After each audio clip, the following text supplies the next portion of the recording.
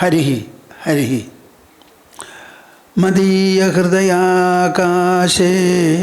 സദാനന്ദമയോ ഗുരു ഉദേതു സതതം സമ്യക് സ്വാത്മാനന്ദ പ്രബോധകഃ. ഹരിഃ ഹരിഃ ഹരിഃ ഓം തസ്. എല്ലാവർക്കും കൂടി ഒന്ന് ഓംകാരം ജപിക്കുക. കൈ കോർത്ത് മടിയിൽ വയ്ക്കൂ. കഷ്ടപ്പെടാതെ നിവർന്നിരിക്കൂ. കണ്ണടയ്ക്കുക. എന്നിട്ട് മനസ്സും വായും തുറന്ന് എൻ്റെ കൂടെ ജപിക്കുക. ഇതാ ഈ ജപിക്കുന്ന സമയത്ത് ഈ ജപം ഭൂലോകത്ത് മുഴുവനും വ്യാപിച്ച് അതിൻ്റെ അനുഗ്രഹവർഷം എല്ലാ ജീവജാലങ്ങളിലും ചൊരിയണം എന്നൊരു വിചാരം നിങ്ങളുടെ മനസ്സിലുണ്ടാവട്ടെ. മനുഷ്യ മനസ്സിന് മാത്രമേ ഇങ്ങനെ വികസ്വരമായിരിക്കുന്ന ചിന്തകൾ ഉളവാക്കാനും അതുപോലെ ആയിത്തീരാനും പറ്റൂ. ലോകത്തിൽ മറ്റൊരു ജീവികൾക്കും മനുഷ്യന് ഉള്ളതുപോലെ മനസ്സോ സംസാരശേഷിയോ ആശയവിനിമയത്തിനുള്ള ശക്തിയോ ഇല്ല. അതാണ് മനുഷ്യൻ്റെ വിശേഷത. ഹരി ഹരി ദാ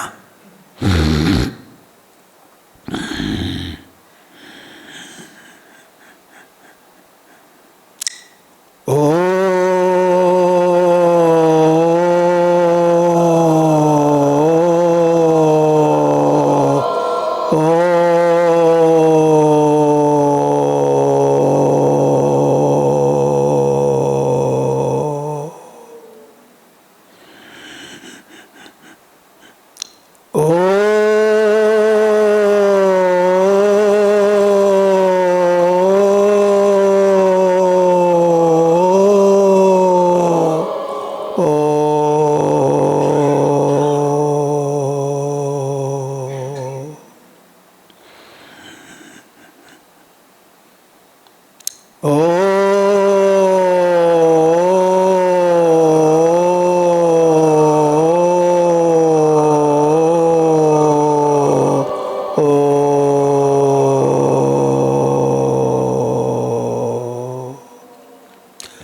ഭാരതജനനിയുടെ സത്പുത്രിമാരെ ഭക്തജനങ്ങളെ, ജിജ്ഞാസുക്കളെ,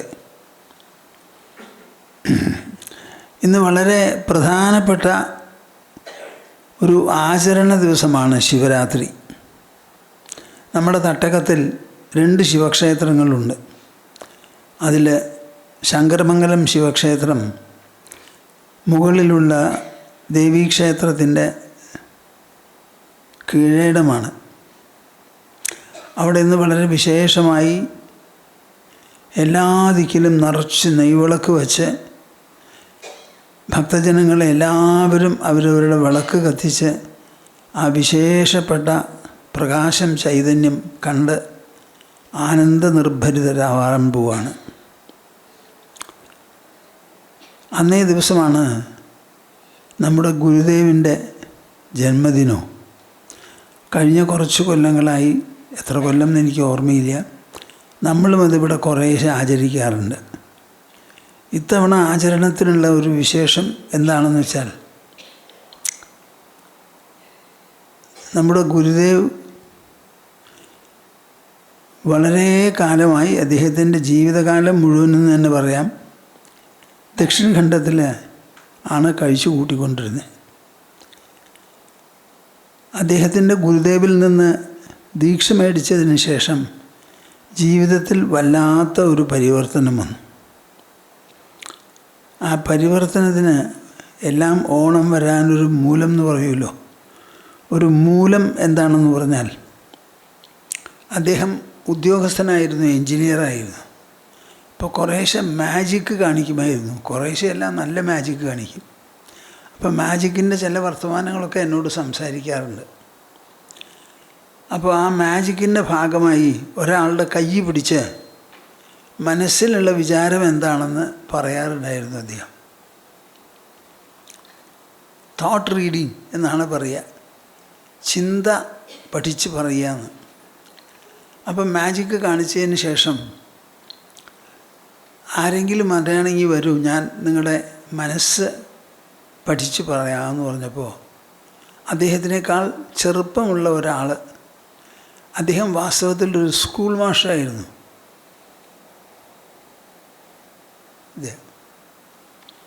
അദ്ദേഹമാണ് ചെന്ന് കൈ കാണിച്ചു കൊടുത്തത്. എത്ര പരിശ്രമിച്ചിട്ടും ഒരൊറ്റ വാക്ക് പറയാൻ നമ്മുടെ ബാബാവിന് പറ്റിയില്ല. അപ്പം അദ്ദേഹത്തിന് വലിയ നിരാശയായി, ഒരു പരാജയവുമായി. ഒരു നിലയ്ക്ക് നല്ല മാജിക്ക് കാണിച്ചു കൊണ്ടിരുന്ന ആളാണ്. മാജിക്ക് കഴിഞ്ഞതിന് ശേഷം ഇദ്ദേഹത്തിനടുത്ത് ചെന്ന്, എനിക്ക് അങ്ങയുടെ കൈ പിടിച്ച് എന്തുകൊണ്ടാണ് പറയാൻ പറ്റാത്തതെന്ന് ചോദിച്ചപ്പോൾ പറഞ്ഞു, അത് നിനക്കറിയില്ലേ. എന്നിട്ടൊരു ആലുവൃക്ഷം നിൽക്കണു, അവിടെ ചൂണ്ടിക്കാണിച്ചു. ആ ആലുവൃക്ഷത്തിൻ്റെ പടമാണ്. അവിടെ നിന്നാണ് ഞങ്ങളിപ്പോൾ ദക്ഷിണഖണ്ഡത്തിലേക്ക് പോയാൽ സ്വീകരിച്ച് കൊണ്ടുപോകണത്. അത് കാണിച്ചു കൊടുത്ത് പറഞ്ഞു, നീ കാണിക്കണതൊക്കെ എന്ത് മാജിക്കാടാ, അത് വലിയ മാജിക്കൊന്നുമില്ല. ആലിൻ്റെ വിത്ത് കണ്ടിട്ടുണ്ടോ? വളരെ വളരെ ചെറുതാണ്.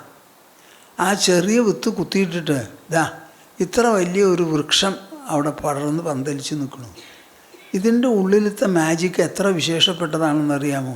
അത് ഞാൻ നിനക്ക് പഠിപ്പിച്ചു തരാം. അതാണ് എനിക്ക് ആവശ്യം. നീ മാജിക്കിൽ തോറ്റോ ജയിച്ചോ എന്നുള്ള കാര്യം അവിടെ ഇരിക്കട്ടെ. ഒരു കാര്യം അതുകൊണ്ട് നടക്കണം, ഈ മാജിക്ക് നീ പഠിക്കണം എന്ന് പറഞ്ഞപ്പോൾ അത് വല്ലാതെ മനസ്സിൽ കൊണ്ടു. എന്നാൽ എനിക്കത് പഠിപ്പിച്ചു തരുമെന്നായി. അത് മാജിക്ക് എന്നുള്ള ഭാഷ ഉപയോഗിച്ചാലും അധ്യാത്മമായി ഒരു ജീവിതം നയിക്കേണ്ട കാര്യവും നമ്മുടെ ഉള്ളിലുള്ള ആത്മരഹസ്യം മനസ്സിലാക്കുന്നതുമായിരുന്നു മാജിക്ക്.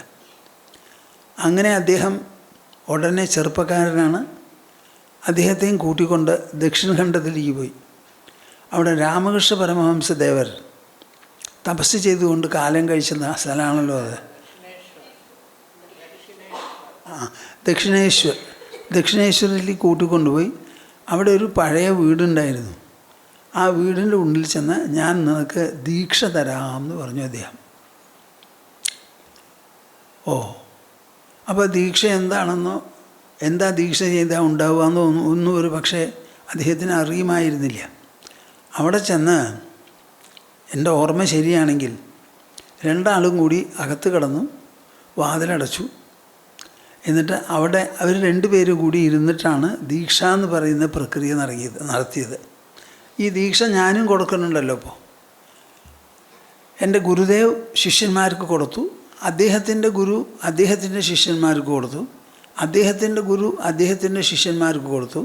അതിൽ ആരെങ്കിലും ഒരാളെങ്കിലും അത് നല്ല പോലെ പരിശീലിച്ച് പിന്തുടർന്ന് അതിൽ നല്ല സാമർഥ്യം പ്രാവീണ്യം വരുമ്പോഴാണ് സ്വയം ഒരു ഗുരുവായി മറ്റുള്ളവർക്ക് ദീക്ഷ കൊടുക്കുന്നത്.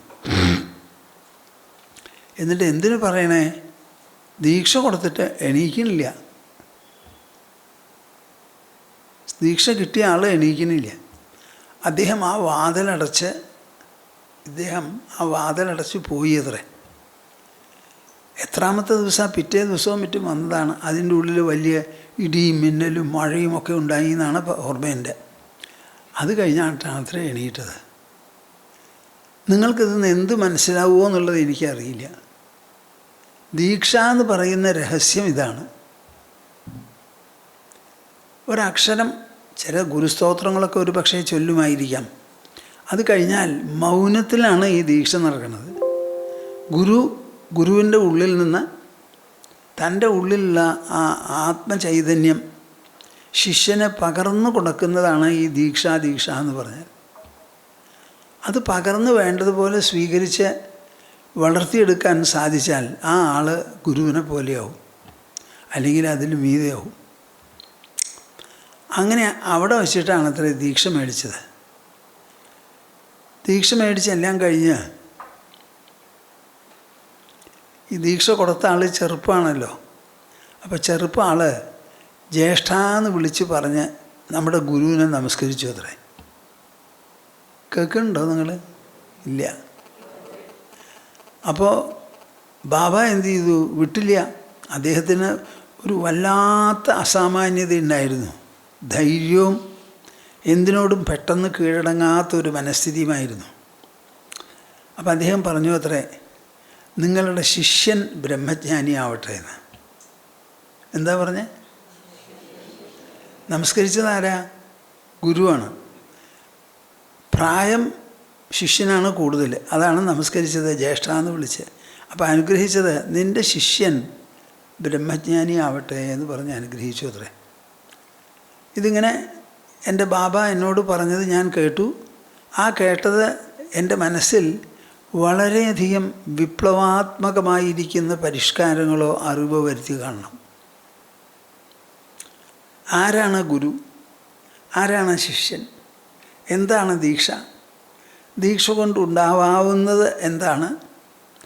ആ ദീക്ഷ ശിഷ്യൻ എങ്ങനെ സ്വീകരിക്കണം, എങ്ങനെ വളർത്തി കൊണ്ടുവരണം? ഇതൊക്കെ ഞാൻ ബാബാവിൻ്റെ ശിഷ്യനായി ദീക്ഷയൊക്കെ മേടിച്ചതിന് ശേഷം ദക്ഷിൺ ഖണ്ഡത്തിൽ പോയി അദ്ദേഹത്തിനെ കണ്ട് താമസിച്ച് വളരെ ഫ്രീയായി ആരുമില്ലാതെ സംസാരിക്കാൻ സന്ദർഭം കിട്ടിയ സമയത്ത് പറഞ്ഞ കാര്യങ്ങളാണ്. അല്ലാണ്ട് ഞാൻ ദീക്ഷ മേടിക്കുന്നതിന് മുമ്പ് ഇതിനെപ്പറ്റി എന്നോട് പറഞ്ഞിട്ടില്ല. അപ്പോൾ ഇതൊരു വിശേഷമായിട്ടുള്ളൊരു പോക്കാണല്ലോ.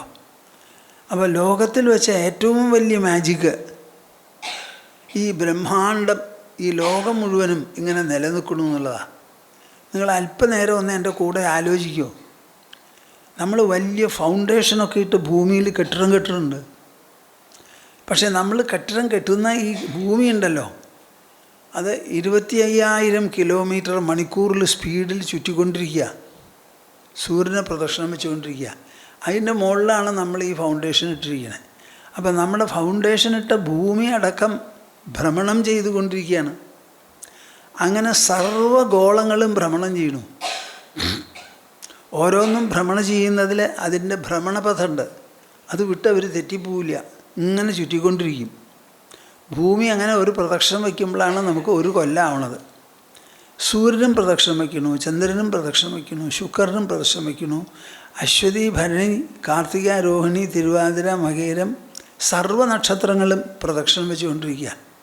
എന്നാൽ ഇവർ തമ്മിലൊന്ന് കൂട്ടിയടിക്കുന്നുണ്ടോ ഇല്ല, സാധാരണ അടിക്കാറില്ല. ഇതെല്ലാം കൊണ്ട് നടത്തുന്നത് മനുഷ്യൻ്റെ ഒരു ബുദ്ധി കൊണ്ട് സാധിക്കുമോ നിങ്ങൾക്ക് തോന്നുന്നുണ്ടോ?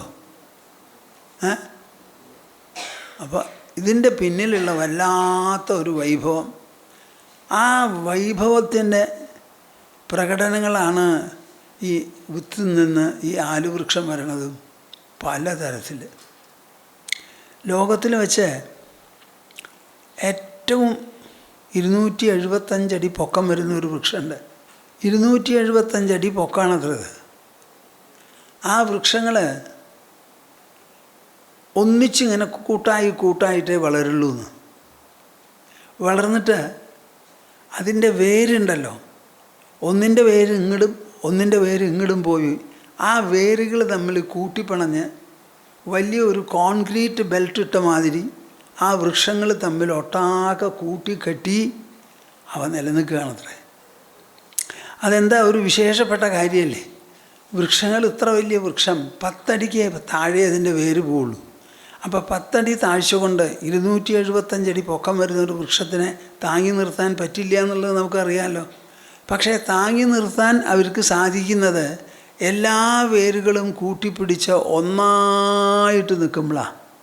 നമ്മൾ നൈമിഷാരണ്യം കെട്ടുമ്പോൾ ആദ്യം നമ്മുടെ സ്ട്രക്ചറൽ എഞ്ചിനീയർ പറഞ്ഞത് എന്താണെന്ന് വെച്ചാൽ 8.25 മീറ്റർ നിങ്ങൾ താത്തി വെള്ളത്തിൻ്റെ അടിയിലുള്ള പാറ കണ്ടെത്തി അവിടുന്ന് നിങ്ങൾ തൂണ് കെട്ടണമെന്നാണ്. അപ്പോൾ നമ്മുടെ ശ്രീധരൻജി പറഞ്ഞു അത് വലിയ ചിലവാകും, അത് സാധിക്കില്ല, ഞാനൊന്ന് ആലോചിക്കട്ടെ എന്ന്. എന്നിട്ട് അദ്ദേഹത്തിന് ആലോചിക്കാനുള്ളവരോട് കൂടി ആലോചിച്ച് പറഞ്ഞത് എന്താണെന്ന് വെച്ചാൽ 4 അടി 5 അടി താത്തിയതിന് ശേഷം എല്ലാ തൂണുകളെയും പിടിച്ച് ബന്ധിപ്പിച്ചുകൊണ്ട് ഒരു കോൺക്രീറ്റ് ബെൽറ്റ് അങ്ങോട്ട് ഇട്ട് കൊടുക്കുകയാണ്. അങ്ങനെ വരുമ്പോൾ ഓരോ തൂണിനും എല്ലാ തൂണുകളുടെയും ശക്തിയായി. അതിൻ്റെ താഴത്ത് സാധാരണ ഒരു 5 അടി 6 അടി ചതുരാണ് നമ്മൾ കോൺക്രീറ്റ് കൊടുക്കുക. ഇത് അതിന് പകരം എത്രയായി? കെട്ടിടത്തിൻ്റെ ദീർഘവിസ്താരം മുഴുവനും ഓരോ തൂണിനും പിടിവള്ളിയായി. അപ്പം അത് പ്രകൃതി തന്നെ അങ്ങനെ ചെയ്യുന്നുണ്ട്. ഇതല്ലേ ഏറ്റവും വലിയ മാജിക്ക്? എന്താ മിണ്ടാതെ? ആ മാജിക്ക് നിനക്ക് പഠിപ്പിച്ചു തരാമെന്നാണ് പറഞ്ഞത്. അപ്പം അദ്ദേഹം മാജിക്ക് വിട്ട് അതിന് പുറപ്പെട്ടു വന്നു. ഞാൻ എൻ്റെ ഗുരുവിൻ്റെ അടുത്ത് പോയപ്പോൾ ഒരു കുട്ടിയാണ്. കുട്ടിയെന്ന് വെച്ചാൽ ഒരു എത്ര വയസ്സായിട്ടുണ്ടാവും? 19-20 വയസ്സായിട്ടുണ്ടാവും. 19 ഇത്രയൊന്നും ഓർമ്മയില്ല. അപ്പം ഞാൻ അദ്ദേഹത്തിൻ്റെ അടുത്ത് പോയപ്പോൾ എനിക്ക് ദീക്ഷ വേണമെന്ന് പറഞ്ഞുകൊണ്ടാണ് പോയത്. എനിക്ക് അദ്ദേഹത്തെ അറിയാമായിരുന്നു, എഴുത്തുകുത്ത് നടത്തിക്കൊണ്ടിരുന്നു. ഇങ്ങനെ ആരും എൻ്റെ അടുത്ത് വന്നിട്ടില്ലല്ലോ എനിക്ക് ദീക്ഷ വേണമെന്ന് പറഞ്ഞ്. ഇതെന്താ ഒരു ആവശ്യം പോലെ അവകാശമായിട്ടാണ് ചോദിക്കുന്നത്. അപ്പോൾ അദ്ദേഹത്തിൻ്റെ ഒരു സഹശിഷ്യൻ കൂടെ ഉണ്ടായിരുന്നു. ഇതെന്താ അത് ഇവൻ വന്നിട്ട് ദീക്ഷ വേണമെന്നും പറഞ്ഞ് ഡിമാൻഡ് ചെയ്തുകൊണ്ട് വരണത്? ഇതുവരെ ആരും ചെയ്തിട്ടില്ലല്ലോ. എന്നിട്ട് അവർ തമ്മിൽ വർത്തമാനം പറഞ്ഞു കുറച്ച് ചിരിച്ചു. ഞാൻ പറഞ്ഞു, അപ്പോൾ ഈ ദീക്ഷ മേടിക്കാൻ പോവാന്ന് പറഞ്ഞാൽ എന്താ അർത്ഥം? ഞങ്ങൾ പാൻറ് ഇട്ടിട്ടാണല്ലോ അവിടെ നടക്കുക. പാൻറ് ഇട്ടിട്ട് ദീക്ഷ മേടിക്കാൻ പാടില്ല എന്ന് എൻ്റെ മനസ്സിൽ തോന്നി. അപ്പോൾ ഞാൻ കയ്യിലൊരു മുണ്ടും ചുരുട്ടി കൊണ്ടാണ് പോയിരിക്കുന്നത്, ഷർട്ട് മാറ്റാണ്ട്. അപ്പോൾ എപ്പോഴാണ് ദീക്ഷ? ഇപ്പോൾ തന്നെ. അതിന് നീ എന്തെങ്കിലും കൊണ്ടുവന്നിട്ടുണ്ടോ ചോദിച്ചു. അപ്പോൾ നിങ്ങൾക്ക് മനസ്സിലാക്കിക്കോളൂ, എൻ്റെ ഉള്ളിലൊരു കുട്ടികൾക്ക് തുല്യമായിട്ടുള്ള ഒരു ശുദ്ധതയുണ്ട് എൻ്റെ മനസ്സിൽ, നിഷ്കളങ്കത, ശിശു സദൃശമായ ഒരു മനസ്ഥിതി. അല്ലെങ്കിൽ ഇങ്ങനെ ചെയ്യോ? അപ്പോൾ എൻ്റെ കയ്യിൽ പൈസ ഉണ്ടായിരുന്നു. അപ്പോൾ ഞാൻ പറഞ്ഞു, ഞാൻ ഒന്നും കൊണ്ടുവന്നിട്ടില്ല. അതെങ്ങനെയാണ്? അത് എന്തെങ്കിലുമൊക്കെ മേടിച്ചുകൊണ്ട് വരണ്ടേ? അപ്പോൾ എന്താ മേടിച്ചുകൊണ്ട് വരണ്ടേ ചോദിച്ചു. ഞാനിപ്പോൾ ആലോചിക്കുമ്പോൾ എനിക്ക് ചിരിയും വരുന്നു, കരച്ചിലും വരുന്നു. അപ്പോൾ അദ്ദേഹം ചിരിച്ചു. നീ അങ്ങാടി പോയിട്ട് കുറച്ച് മധുരവും കുറച്ച് പൂവും ഒരു മാലയും എല്ലാം കൂടി കൊണ്ടുവരും. ഞാൻ പറഞ്ഞു, എന്താ മേടിക്കേണ്ടതെന്ന് പറഞ്ഞു തന്നാൽ ഞാൻ പോയി മേടിച്ചു കൊണ്ടുവരാം, എനിക്കറിയില്ല എന്ന് പറഞ്ഞു. അപ്പോൾ അവിടെ പോയി കുറച്ച് രസഗുള്ളയോ എന്തോ ഒരു സാധനം മേടിച്ചു, സന്ദേശവും മറ്റും മേടിച്ച് ഒരു മാലയും കുറേ പൂക്കളും എല്ലാമായി കൊണ്ടുവന്നു അവിടെ വെച്ചു. അദ്ദേഹം പിന്നെയും ചിരിച്ചു.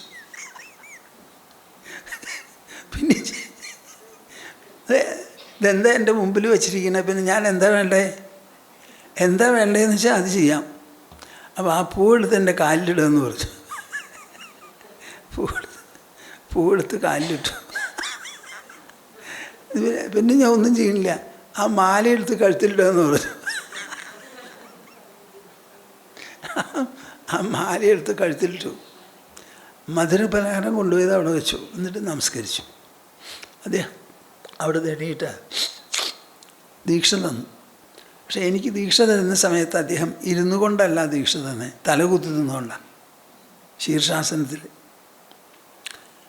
അത് കഴിഞ്ഞ് ഞാൻ പറഞ്ഞു, ഞാനിപ്പോൾ ഇരിക്കില്ല, നാളെ വരാം. അതെന്താ അങ്ങനെ? സാധാരണ ദീക്ഷ നടത്തണമെങ്കിൽ 3 ദിവസം വേണം. ആ 3 ദിവസം നീ ഇവിടെ താമസിക്കണം.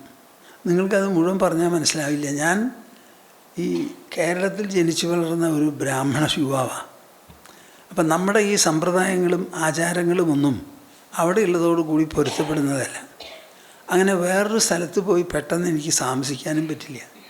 ഞങ്ങൾ കുറേ എവിടെ നിന്നാണ് അവിടെ പോയി താമസിക്കുന്നവരല്ല. അങ്ങനെ താമസിക്കേണ്ടി വന്നത് സന്യസിച്ചതിന് ശേഷം. അപ്പം ഞങ്ങൾ എവിടെയാണ് പോവുക, ആരാ വിളിക്കുക, അതിനൊക്കെ ചില കണക്കൊക്കെ ഉണ്ടായിരുന്നു. അപ്പം ഞാൻ താമസിക്കുന്നില്ല, പോയിട്ട് നാളെ കാലത്ത് വരാമെന്ന് പറഞ്ഞു. അപ്പം അദ്ദേഹം സമ്മതിച്ചു. അവസാനം നീ പൊക്കം നാളെ കാലത്ത് വന്നു. ഞാൻ വേഗം മുണ്ടൊക്കെ മാറി പാൻറ്റിട്ട് പോയി. പിറ്റേ ദിവസം വന്നു. അന്ന് തന്നെ പോയിട്ട് ഞാൻ ധ്യാനിക്കാൻ തുടങ്ങിയതാണ്. എനിക്ക് ധ്യാനം എന്ന് പറഞ്ഞാൽ ശരീരം മുഴുവൻ നിറയുന്ന ഒരു ആനന്ദാനുഭവമാണ്. വെറുതെ ചെന്ന് കണ്ണടച്ചിരിക്കുകയല്ല. കണ്ണടച്ച് ഞാൻ ഗുരു തന്നിട്ടുള്ള മന്ത്രം ജപിക്കാൻ തുടങ്ങിയാൽ ശരീരം മുഴുവനും ഒരു ആനന്ദരസം നിറഞ്ഞ് ഈ രോമകൂപങ്ങളിലൂടെ പുറത്തേക്ക് പോകും. അങ്ങനെ ഒരു അനുഭവമാണ്. അന്ന് രാത്രി ഞങ്ങളുടെ റൂമിൻ്റെ അടുത്തൊരു വറാൻഡയുണ്ട്. ആ വറാൻഡയിലാണ് ഞാൻ കിടന്ന് ധ്യാനിക്കുന്ന ഒരാളാണ് കൂടുതലും. ഞാൻ ഇരുന്നിട്ടല്ല അധികം ധ്യാനിക്കുക, കിടന്നിട്ടാണ്.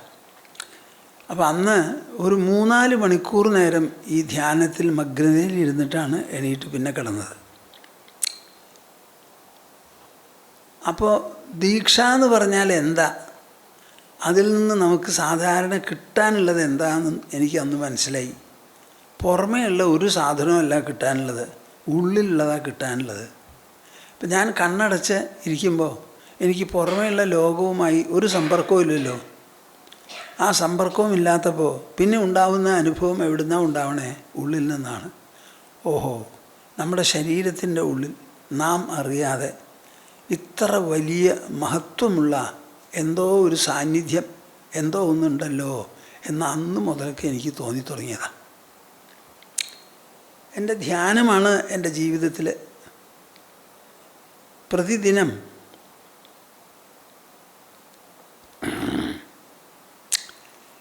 കാലത്ത് എന്ന് വെച്ചാൽ പൂർവാഹ്നത്തിൽ 1 മണിക്കൂറും ആഫീസിൽ നിന്ന് മടങ്ങി വന്നതിന് ശേഷം 1 മണിക്കൂറും 2 മണിക്കൂറും ധ്യാനിക്കും. മുടക്ക ദിവസങ്ങളിൽ 4 മണിക്കൂർ ധ്യാനിക്കും. ഇതായിരുന്നു എൻ്റെ ചിട്ട. ഒരു തടസ്സവും ഒരു വിഷമവും ഒന്നുമില്ല. കാലത്ത് എണീറ്റ് ധ്യാനിക്കും, കുളിയൊക്കെ കഴിഞ്ഞ് കുറച്ച് ബ്രേക്ക്ഫാസ്റ്റ് ഉണ്ടാക്കി കഴിക്കും, ഉച്ചയ്ക്ക് കഴിക്കാനുള്ള ഭക്ഷണവും ഉണ്ടാക്കി കയ്യിൽ കൊണ്ടുപോകും, വൈകുന്നേരം വരും, കുളിക്കും, ധ്യാനിക്കും, ഒരു ഗ്ലാസ് കാപ്പി ഉണ്ടാക്കി കുടിക്കും. ഞങ്ങളൊക്കെ കാപ്പി കുടിയന്മാരാണ്, ചായ കുടിക്കില്ല, കാപ്പിയാണ് ഞങ്ങൾക്ക്. ഇങ്ങനെ അവിടുന്ന് അങ്ങടാണ് എൻ്റെ ജീവിതം മുഴുവനും അവിടുന്ന് അങ്ങടാണ്, ബാബാവിനെ കണ്ടത് മുതൽക്കാണ്. അപ്പോൾ ഒരു മനുഷ്യൻ്റെ മനസ്സ് എത്ര കണ്ട് മാറാം, ബുദ്ധി എത്ര കണ്ട് വികസിക്കാം, ജീവിതം തന്നെ പരിപൂർണമായി മാറുമോ മാറില്ലേ, എന്താണ് ഈ മാറ്റം, ഇതൊക്കെ ഈ ബാബാവിൻ്റെ അടുത്ത് കണ്ട് പരിചയപ്പെട്ടത് മൂലം അദ്ദേഹത്തിൻ്റെ ദീക്ഷ മേടിച്ചതിന് ശേഷം ഉണ്ടായിട്ടുള്ളതാണ്. അപ്പോൾ ബാബാവിൻ്റെ അടുത്ത് ദീക്ഷ മേടിച്ചതോടുകൂടി എനിക്ക് ഈശ്വരനെ ഒരു മുറിയിലിട്ട് പൂട്ടിയ മാതിരിയാണ്. ഈശ്വരൻ എന്നുള്ള ഏർപ്പാടേ മനസ്സിൽ നിന്ന് പോയി. എല്ലാം കൂടി ഉണ്ടെങ്കിൽ എനിക്ക് എൻ്റെ ഗുരു മാത്രമാണ് ദൈവം. സാധാരണ ഹിന്ദിയിലൊരു പഴമൊഴിയുണ്ട്, സാക്ഷാത് ഗോവിന്ദനും ഗുരുവും അടുത്തടുത്ത് നിന്നാൽ ആരുടെ കാലാണ് മുമ്പ് പിടിക്കേണ്ടതെന്ന്. ദൈവത്തെ കാണിച്ചു തന്ന ഗുരുവിൻ്റെ കാലവും മുമ്പ് പിടിക്കണ്ടേ, അതോ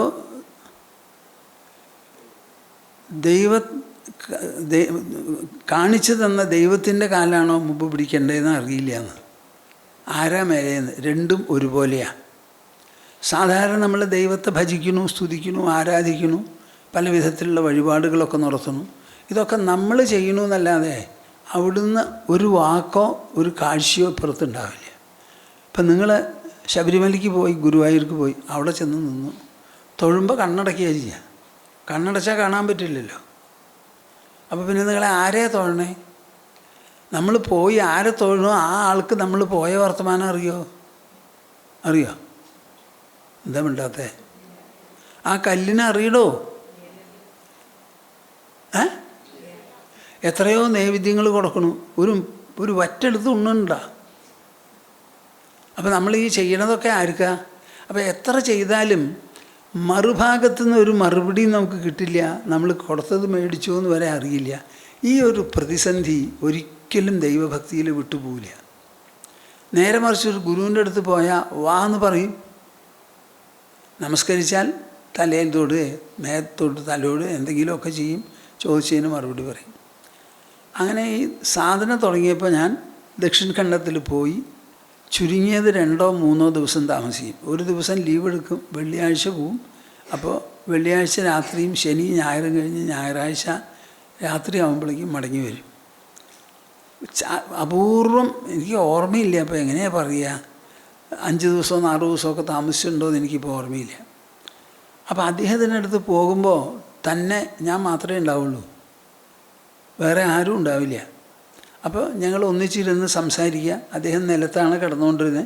അപ്പോൾ ഞാൻ അദ്ദേഹത്തിൻ്റെ കാലിൻ്റെ അടുത്തോ മറ്റും ഉണ്ടാവും. ചിലപ്പോൾ തലോടിക്കൊണ്ടിരിക്കും, എന്തെങ്കിലും ഇവിടെ ഒന്ന് തലോടെന്ന് പറഞ്ഞാൽ അവിടെ തലോടും, എന്തെങ്കിലുമൊക്കെ സംസാരിച്ചുകൊണ്ടിരിക്കും. അപ്പോൾ അങ്ങനെ ഗുരുവുമായിട്ടുള്ള അടുത്ത സംസർഗം കിട്ടുമ്പോൾ ഈ ഗുരു പല കാര്യങ്ങളും നമ്മളോട് പറയും. എന്താ വേണ്ട സമയം കിട്ടുമല്ലോ, അടുപ്പമായിരിക്കും, ആരും ഉണ്ടാവില്ല. അപ്പോൾ അദ്ദേഹത്തിന് സ്വയം പലതും പറയണമെന്ന് തോന്നും. അങ്ങനെ പല കാര്യങ്ങളും അദ്ദേഹം എന്നോട് പറഞ്ഞിട്ടുണ്ട്. എന്തിനെക്കുറിച്ച്? അധ്യാത്മ ജീവിതത്തെക്കുറിച്ച്, ഗുരുശിഷ്യ സംസർഗത്തെക്കുറിച്ച്, ഉള്ളിലുള്ള ആത്മചൈതന്യത്തിൻ്റെ വിശേഷം, ദൈവം, ഭക്തി, ആരാധന. ഒരു പടി ശാസ്ത്രങ്ങൾ വായിച്ചിട്ടുള്ള ആളായിരുന്നു അദ്ദേഹം. അദ്ദേഹത്തിൻ്റെ ശാസ്ത്രങ്ങൾ മുഴുവൻ അലമാറകളിൽ ഇങ്ങനെ നിറഞ്ഞിരിക്കും. ഒക്കെ ബംഗാളിയിലാണ്, അതുകൊണ്ട് എനിക്കത് നോക്കി വായിക്കാൻ പറ്റിയിട്ടില്ല. സ്വാമിജിക്കൊക്കെ അറിയാം, ഇവർ പോയി നോക്കിയിട്ടുണ്ട്. എന്തെങ്കിലും സംശയം ചോദിച്ചാൽ ഇന്ന പുസ്തകത്തിൽ ഇത്രാമത്തെ പേജിൽ ഞാൻ അടിവരയിട്ട് എഴുതിയിട്ടുണ്ട്, നോക്കിക്കോ എന്ന് പറയൂത്രേ. അത്ര കണിശായിരുന്നു.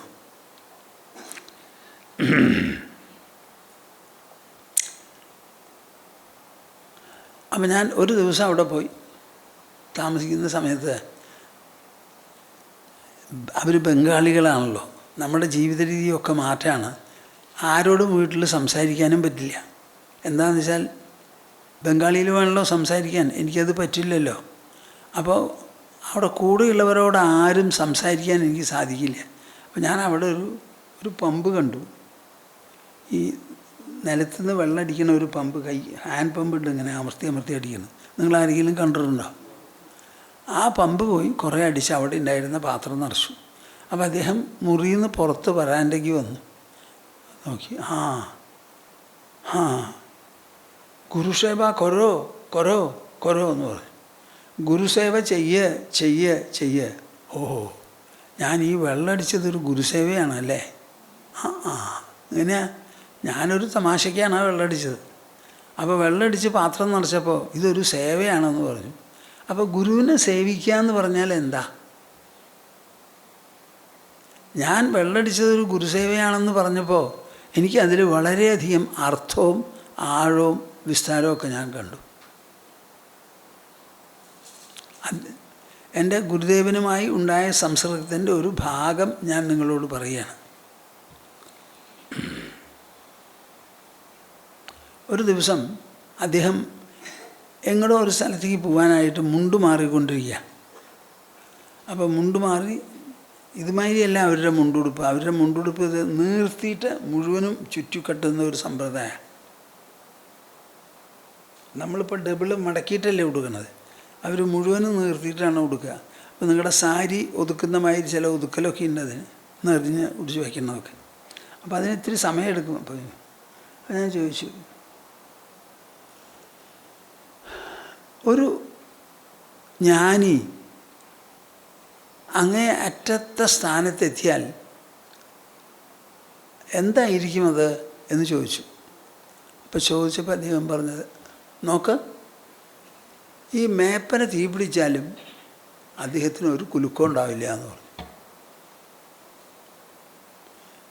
ഇത് അദ്ദേഹം പറഞ്ഞതും ഞാൻ കേട്ടതുമാണ്. ഗുരുവായൂർ ചെന്ന് ചോദിച്ചാൽ ഉണ്ടാവുമോ മറുപടി? ഉണ്ടാവടോ? മറുപടി പറഞ്ഞാലും ഒരു അശരീരി കേട്ടു എന്നല്ലേ പറയാൻ പറ്റുള്ളൂ. അത് പറയണ ആളെ കാണാൻ പറ്റില്ലല്ലോ. അവനെ അടിക്കണ്ട, ഉണ്ടത് ഞാനാണ് എന്ന് ഗുരുവായൂരപ്പൻ പറഞ്ഞു അകത്തുനിന്ന്. പക്ഷേ പറയണത് കേട്ടു എന്ന് പറയുന്നവരേ ഉള്ളൂ, ഗുരുവായൂരപ്പനെ കണ്ടവരില്ല. അപ്പോൾ എന്നോട് അദ്ദേഹം പറഞ്ഞതാ. ഇത് ഞാൻ സാധന ചെയ്തുകൊണ്ടിരുന്ന ചെറുപ്പകാലത്ത് നടന്ന സംഭവമാണ്.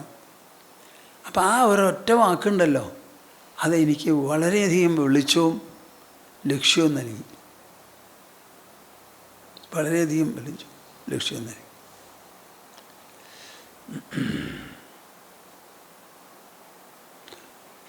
ഞങ്ങളുടെ ജ്ഞാനാശ്രമത്തിൽ ഞങ്ങൾ കുറച്ച് ദിവസം അദ്ദേഹത്തിന് താമസിപ്പിക്കുകയുണ്ടായിട്ടുണ്ട്. കുറച്ച് ദിവസം എന്ന് വെച്ചാൽ ഞാൻ മാസങ്ങളോളം താമസിച്ചിട്ടുണ്ട്. എല്ലാവരും ദീക്ഷയൊക്കെ മേടിച്ച് കൊടുത്തിട്ടുണ്ട്. അപ്പോൾ ഒരു ദിവസം അദ്ദേഹത്തിൻ്റെ വലത്തെ കാലിനൊരു കോട്ടുണ്ട്, എപ്പോഴത്തിരി ഒന്ന് ഒതുങ്ങി നടക്കുകയുള്ളൂ, കുന്തി. അപ്പം ഞാനവിടെ ഇതൊന്ന് ശരിയാക്കണമെന്ന് തോന്നി എനിക്ക്. എന്നിട്ട് ഞാൻ കുറച്ച് തൈലൊക്കെ എടുത്ത് ചൂടാക്കി കൊണ്ടുവന്ന് നല്ലോണം പുരട്ടാൻ തുടങ്ങി. ഞാൻ ചെറുപ്പമല്ലേ, അസലേ അമർത്തി പുരട്ടി. കുറച്ച് വേദനിച്ചിട്ടുണ്ടാവും, അതെന്നോട് പറഞ്ഞില്ല. അങ്ങനെ പുരട്ടി ഞാനൊരു 5-10 ദിവസം ഒഴിഞ്ഞാൽ ഇത് നീരുന്നാണ് എനിക്ക് തോന്നണേന്ന് പറഞ്ഞു. എന്നിട്ട് അങ്ങനെ ഇരിക്കുമ്പോൾ ഞങ്ങൾ സംസാരിക്കുന്നുണ്ട്. അപ്പോൾ സംസാരിച്ചപ്പോൾ ദേഷ്യപ്പെട്ടു, കുറച്ച് ദേഷ്യപ്പെട്ടാണ് സംസാരിച്ചത്. അപ്പോൾ ഞാൻ ഉഴിച്ചലൊക്കെ കഴിഞ്ഞതിന് ശേഷം ചോദിച്ചു, ബാബാ എന്തേ ദേഷ്യപ്പെട്ട, എന്ത് പറ്റി ചോദിച്ചു. ഇങ്ങനെ തന്നെയാണ് ചോദിച്ചത്.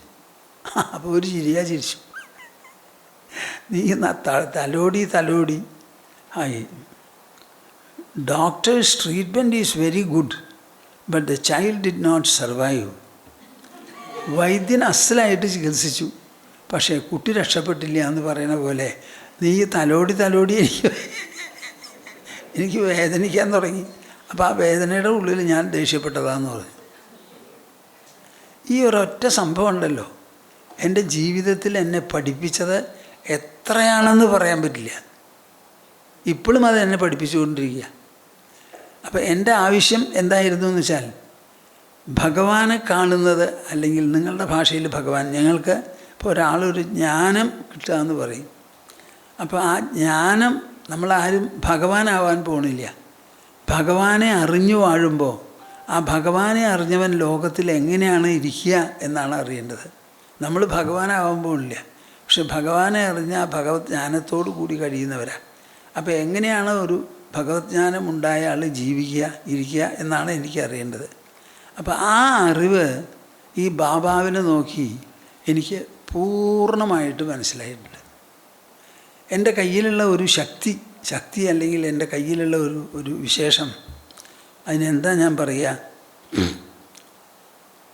അജയ്യമായിരിക്കുന്ന ഒരു പ്രഭാവമുണ്ട് എനിക്ക്, അജയ്യമായിട്ടുള്ളത്. മാത്രമല്ല മനുഷ്യ ജീവിതത്തിൽ അവസാനം നേടിയെടുക്കാനുള്ള ലാഭമെന്തോ, നന്മയെന്തോ, വൈഭവമെന്തോ അത് ഞാൻ കൈക്കലാക്കിയിട്ടുണ്ട്. അതുകൊണ്ട് എനിക്ക് ഒരു സാധനവും ആവശ്യമില്ല. ചന്ദ്രനോളം വലിപ്പമുള്ള ഒരു സ്വർണ്ണക്കട്ട ഞാൻ നിനക്ക് തരാമെന്ന് പറഞ്ഞാൽ, അയ്യോ അതവിടെ നിങ്ങോട്ട് കൊണ്ടുവരാനുള്ള ബുദ്ധിമുട്ട് സഹിക്കരുത്, അവിടെ തന്നെ ഇരുന്നോട്ടെ എന്ന് പറയും. ഒരു സാധനം എനിക്ക് വേണ്ട. ഞാൻ ആരും ഒട്ടും അല്ലേനും.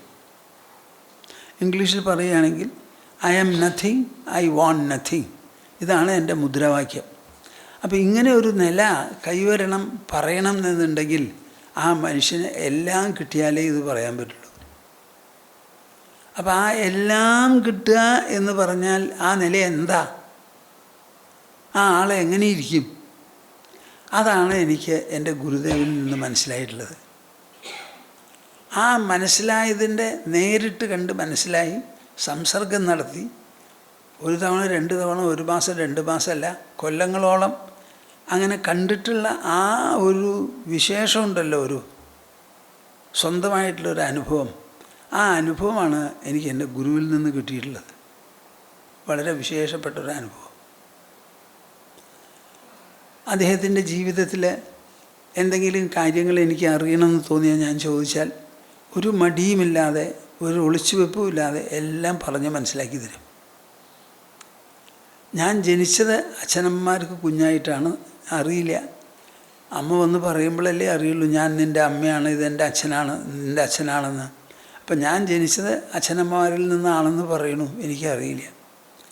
പക്ഷേ ഞാൻ എൻ്റെ ഗുരുവിൻ്റെ അടുത്ത് പോയത് എൻ്റെ പ്രത്യക്ഷമായ അനുഭവമാണ്. ഞാൻ പോയി, എനിക്കറിയാം. അദ്ദേഹം എനിക്ക് ദീക്ഷ തന്നു, എനിക്കറിയാം. ഞാൻ ദീക്ഷ സാധന കൊണ്ടു നടന്നു, വളരെ കാലമായിട്ട് പരിചയപ്പെട്ടു, അങ്ങനെ ഇരിക്കുന്നു.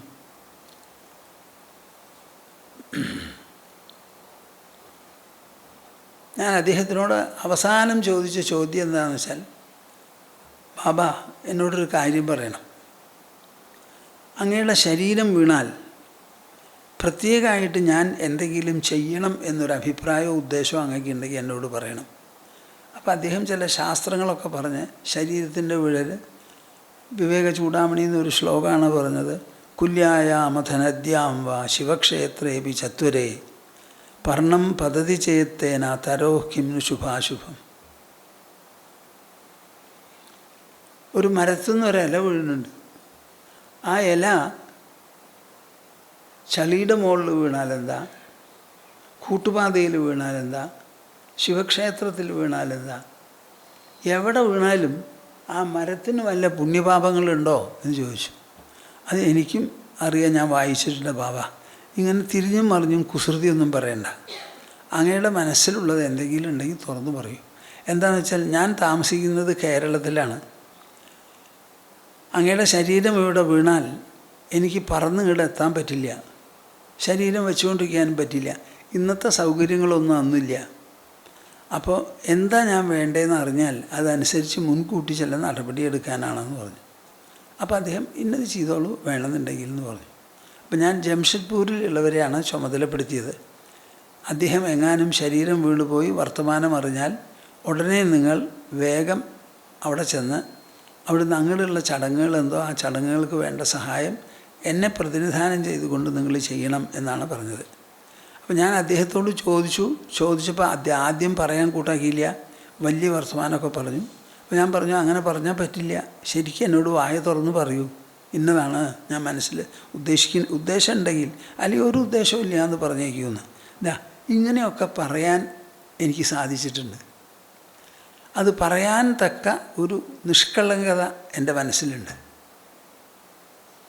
ഇവിടെ ആശ്രമത്തിൽ പലരും വരുന്ന സമയത്ത് പല തരത്തിലാണ് പലരും പെരുമാറുക. ചിലപ്പോഴൊക്കെ ഇവർ എന്നോട് ചോദിക്കും, ഈ ആളെ മുമ്പേ പറഞ്ഞേക്കായിരുന്നില്ലേ, അതെങ്ങനെയത്? അവരിവിടെ വന്ന് താമസിക്കണമെന്ന് പറയുന്നു, താമസിക്കുന്നു. ആ താമസത്തിൽ എന്തെങ്കിലും ഒരു തരത്തിലൊരു അസഹ്യത വന്നാൽ അപ്പോഴല്ലേ പറയാൻ പറ്റുള്ളൂ, താനിവിടെ താമസിച്ചു, പക്ഷേ ഈ താമസത്തിൽ ഇങ്ങനെയൊക്കെ ആയിട്ട് ഉണ്ടായത് ഇത് ഒരു ആശ്രമത്തിന് ചേർന്നതാണോ, ആലോചിച്ച് നോക്കൂ. അല്ല, ശരിയല്ല, പിന്നെ എന്തേ ചെയ്തേ, തെറ്റായിപ്പോയി, ശരി പൊക്കോളൂ എന്ന് പറഞ്ഞാൽ അയക്കാനും എനിക്ക് വിഷമമില്ല. അപ്പോൾ ഇതെല്ലാറ്റിനും നിങ്ങൾക്കിത് ഞാൻ പറയണത് മുഴുവൻ മനസ്സിലാവുന്നുണ്ടോ എന്നറിയില്ല, ചിലർക്കൊക്കെ അറിയും. അങ്ങനെ ഒരു 100% തുറന്ന പെരുമാറ്റത്തോടു കൂടി ഈ അധ്യാത്മജീവിതത്തിൻ്റെ ഉള്ളുകള്ളി മുഴുവനും 0 മുതൽക്ക് ഇൻഫിനിറ്റി വരെ എനിക്ക് മനസ്സിലാക്കാൻ സാധിച്ചിട്ടുണ്ട് അദ്ദേഹത്തിൻ്റെ സഹവാസം കൊണ്ട്. അതാണ് വിശേഷം. പക്ഷെ അങ്ങനെ ഒരു സഹവാസം അദ്ദേഹം അനുവദിക്കുന്ന ഒരാളായിരുന്നു.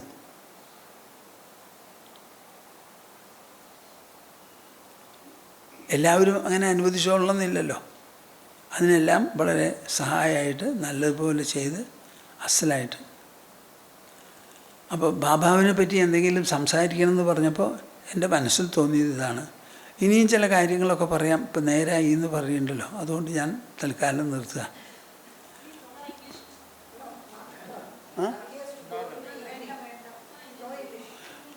ഗോവിന്ദനാമ സങ്കീർത്തനം ഗോവിന്ദ ഗോവിന്ദ. നമഃ പാർവതീപതയേ.